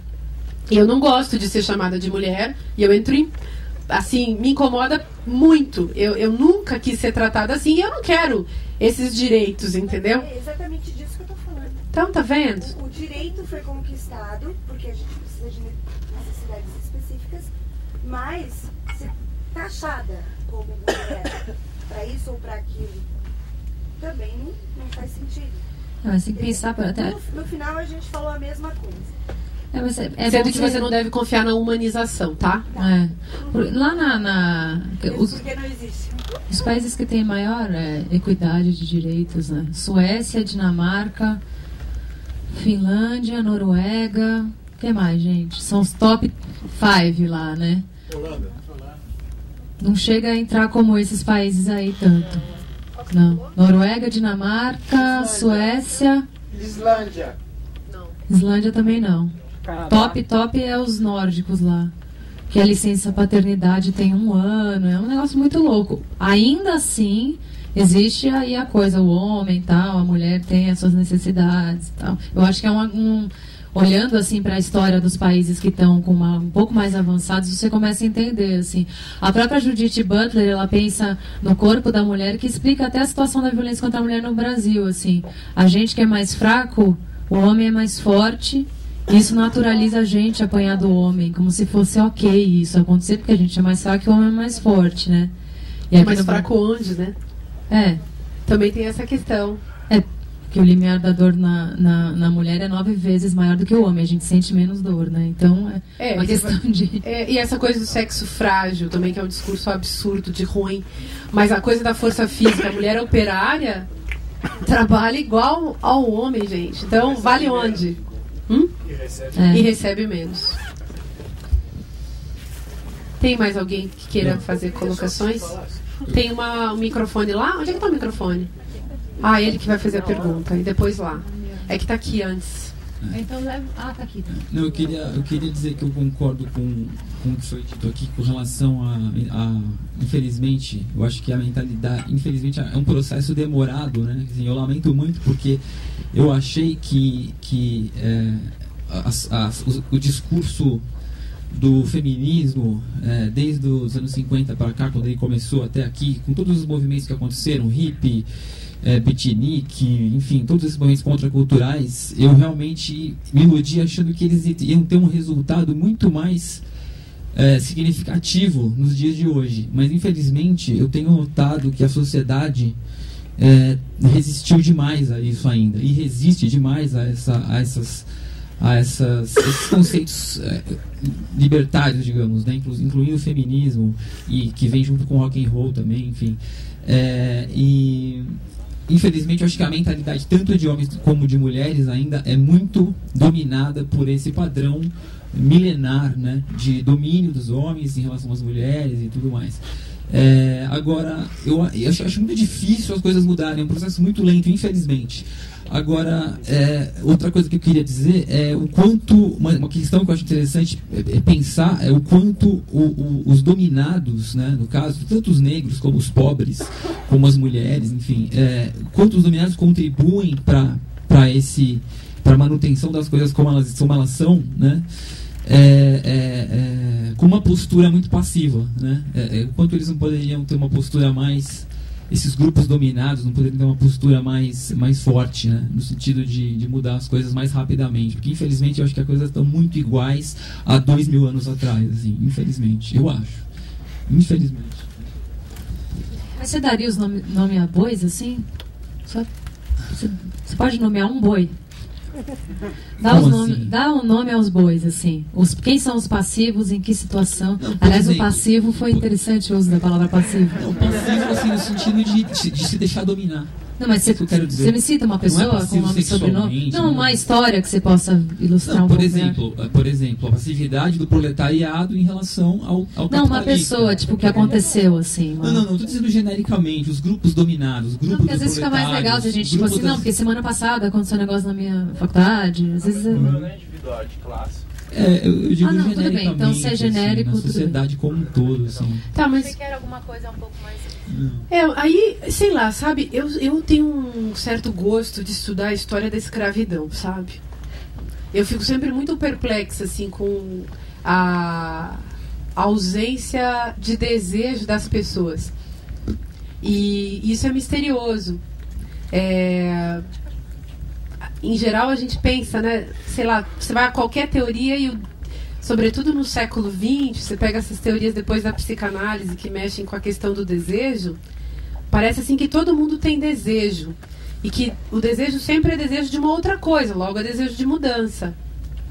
E, no entanto, tem muitas pessoas que não têm desejo. Então, quando você fala da figura passiva, eu penso nessa figura ausente de desejo, nesse sujeito que ele alguma coisa nele se perdeu. E aí um termo bem contemporâneo para mexer com isso é um termo que apareceu ali desde Foucault para cá, que é esse termo de dessubjetivação. E aí, claro, eu acho que também faz parte do sistema. Até, desculpem eu falar tanto capitalismo, capitalismo, capitalismo, e feminismo, feminismo, as pessoas às vezes enjoam desses termos, mas eles são os termos. Então, faz parte do sistema capitalista, e a Elisa hoje falou, indústria cultural, a produção, enfim, a sustentação de uma indústria cultural, que é um grande mecanismo de dessubjetivação das pessoas. Então, a ausência de pensamento, a interrupção da capacidade de pensar, a eliminação mesmo da capacidade de pensar, isso é promovido pelo sistema. Porque se você pensar, primeiro que você não vai comprar em 10 vezes nas Casas Bahia. Se você pensar, se você começa a pensar produz desejo, gente. Você vai querendo outras coisas. Você começa, a razão ajuda as paixões. Então, você começa a raciocinar e refletir, você começa a pensar diferente, você começa a querer outras coisas. De repente, começa a fazer projeto de vida para você, que não é um projeto impensado, comprado dentro da publicidade vigente. Você começa a inventar uma história sua. E aí, realmente, você pode cancelar a sua relação com o sistema. O sistema no sentido produtivo e o sistema no sentido também do consumo dos bens produzidos. E aí isso é muito perigoso para o sistema. Pensar é perigoso para os sistemas autoritários e totalitários. É sempre assim. Pensar é uma coisa que não é promovida, né? E aí o sujeito passivo é esse. E o escravo, quem é? É o sujeito que tem medo. Ele tem medo de morrer. Por que ele tem medo de morrer? Porque ele não pensou. Porque, gente, isso aí até acho que é uma coisa boa que rolou na história da filosofia. Assim, o Michel de Montaigne falava que filosofar é aprender a morrer.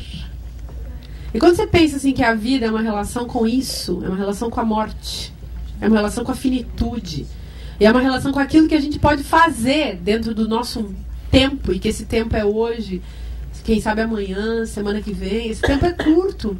Aí muda tudo. E eu acho que a escravização é essa submissão à paixão do medo. E quem faz revolução é quem tem coragem. Quem tem coragem não é quem nunca sentiu medo, mas é quem não se importa com o medo que sente. Então, medo a gente tem. Hoje uma amiga minha me ligou e disse assim... Ela teve um ataque de labirintite. Ela foi fazer análise depois do ataque de labirintite. E ela, fazendo análise, descobriu que ela estava com vertigem. E ela falou: eu tô com medo de cair. Aí, eu que, assim, medo todo mundo tem, né, gente? Eu falei assim: então, você diz pro medo, guarda na gaveta. Diz pro medo, dá licença e toca o baile. Continua. O medo, ele fica enchendo o saco. Ele fica lá. Ele é um parasita anímico.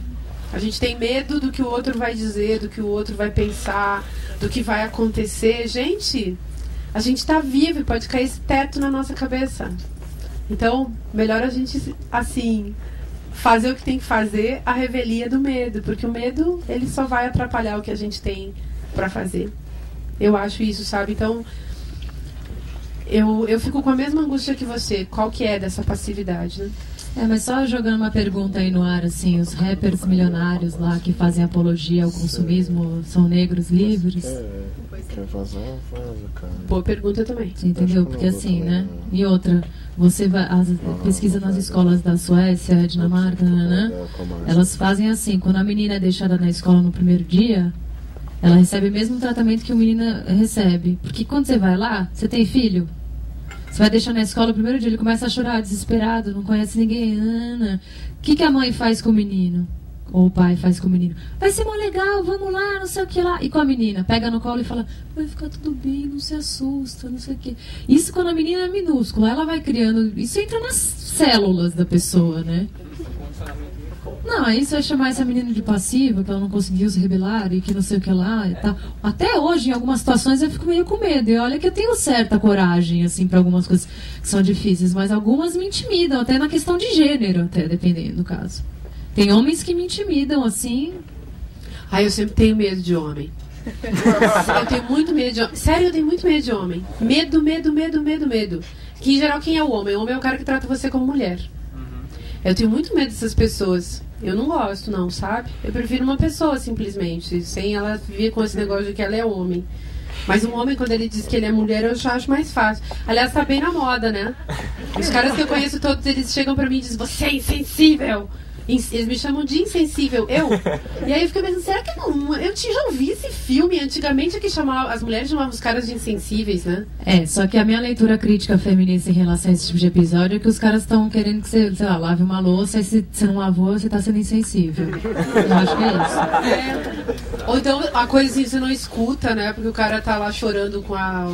querendo deixar de ver o jogo de futebol na TV, você tá sendo insensível. É que eu acho que os homens estão com aquele negócio de que Freud falava que é complexo de Édipo. Eles estão todos atrás de mamãe. A moça quer falar ali. Eles estão querendo esse afaguinho da época da escola. Tipo, não me deixa aqui na escola, mamãe. Então, tô com umas coisas aqui coçando na minha garganta.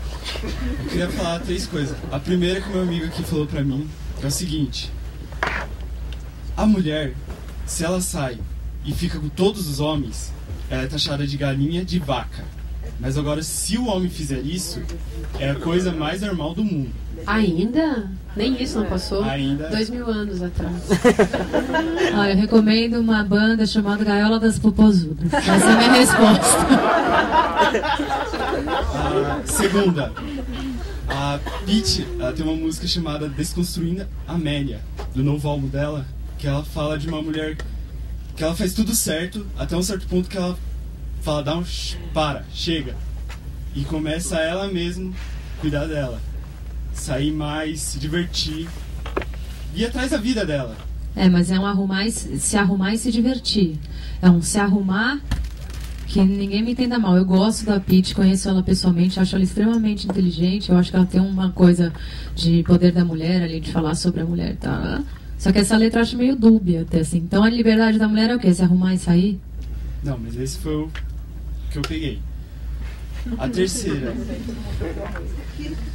Você falou sobre as mulheres cantarem igual os homens. É que já seria um underground. Eu conheço como Screamo. Há 3 bandas que eu posso falar aqui, que é It Is Moment, Deadlock, que é uma banda feita só de mulher, e The Agonist. Todas as mulheres cantam Screamo nessas bandas. E na The Agonist, a vocalista, ela canta melhor do que homens que estão já no underground, cantando Screamo há 50 anos. O padrão de melhora de homem. Só que o Screamo é uma variação do emo, que eu tenho uma crítica feminista super terrível com o emo, assim, porque eu acho que ele coloca o homem e o sentimento do homem no centro de tudo, e o coitadinho, e não sei o que lá, e não tem nenhuma menina, não tem nenhuma banda feminina no emo. Eu acho que é um dos estilos mais misóginos, assim. Você não vê uma menina tocando uma porcaria de uma guitarra. Aliás, eles têm um desses emos, de umas bandas emos. Como é que é o nome daquelas dos meninos? É bem conhecida até, que eles têm uma música chamada Riot Girl. Você já viu essa música? Já. Nossa, é horrenda. Não é horrenda, porque os caras... É uma misoginia total, um negócio de dar medo mesmo. Não sei se vocês gostam, né, gente? Mas... Não, os caras que eu não consigo lembrar o nome deles, mas eles são desses montados bonitinhos, assim, junta 3, 4 e eu pago a conta, e aí vocês depois o lucro é meu, sabe? Isso que é também típico indústria cultural barata, né? Da 25 de março. Nada contra, tá? Só pra falar mal mesmo. Todo mundo aqui tá falando, citando um monte de filósofo, um monte de sociólogo e blá blá blá. E todo mundo é indignado porque, poxa, os negros são passivos, as mulheres são passivas, as minorias são passivas. Ai, por que as minorias não fazem nada? Mas o que as pessoas aqui estão fazendo? Sabe? É um negócio assim, é cômodo, né? Negro, vai lá, mulher, vai lá. Eu não, eu tô aqui, tô de boa, não tô fazendo bosta nenhuma pra... Sabe? Eu acho que é mais comodismo. Não, eu tô vendo a hora, não vai mudar, não vejo quando isso vai mudar. O que eu tô fazendo pra mudar? Era só um comentário. É que nem o pessoal, os meninos que chegam pra mim no show do Dominatrix querendo dizer que eles não são o menino que eu tô falando na letra, eles são fofos. E eles querem que eu dê um diploma pra eles, assim, de menino fofo. Aí ele fala, eu sou feminista. Daí eu falo assim, você lava a roupa? Né? Não lava roupa, não lava louça, não faz nada, não limpa a casa. Então, assim, o feminista não é aquele pai fofo. Não, meu pai é super feminista. Outro dia a gente estava na União de Mulheres lá, a Maria Amélia Teles, que é uma feminista de longa data, até ficou presa na ditadura, foi torturada. A gente estava num curso com ela lá e ela falou exatamente isso. A menina falou assim, meu pai é um fofo, ele adora as mulheres. Seu pai limpa a casa, seu pai... Que assim, o homem ser feminista apoiar a mulher não pode ser poucos, conversa, né, gente? Não pode ser conversa. A gente tem que cancelar, né? Pode fazer a sua pergunta? E aí a gente não pode mais depois, porque eles fecham aqui. E os funcionários do banco... Eu sou velhinho, eu tenho direito de fazer a última. Já fez a primeira. Já fez a primeira. Já falou bastante. Faça a sua colocação, por favor, que a gente... É que os funcionários do CCBB, gente, eles têm que ir embora. A gente podia ficar aqui até amanhã. Tá. Primeiro, parabéns a todas as mulheres que estão aqui. Boa noite a todos. Eu quero só pôr que da minha adolescência para cá, eu acompanhei uma mudança muito grande em relação à mulher na sociedade, porque eu, entrando na adolescência, ainda estava naquela época em que a mulher era doméstica e o homem trabalhava e a mulher não podia nada, e eu vi a coisa melhorou muita coisa.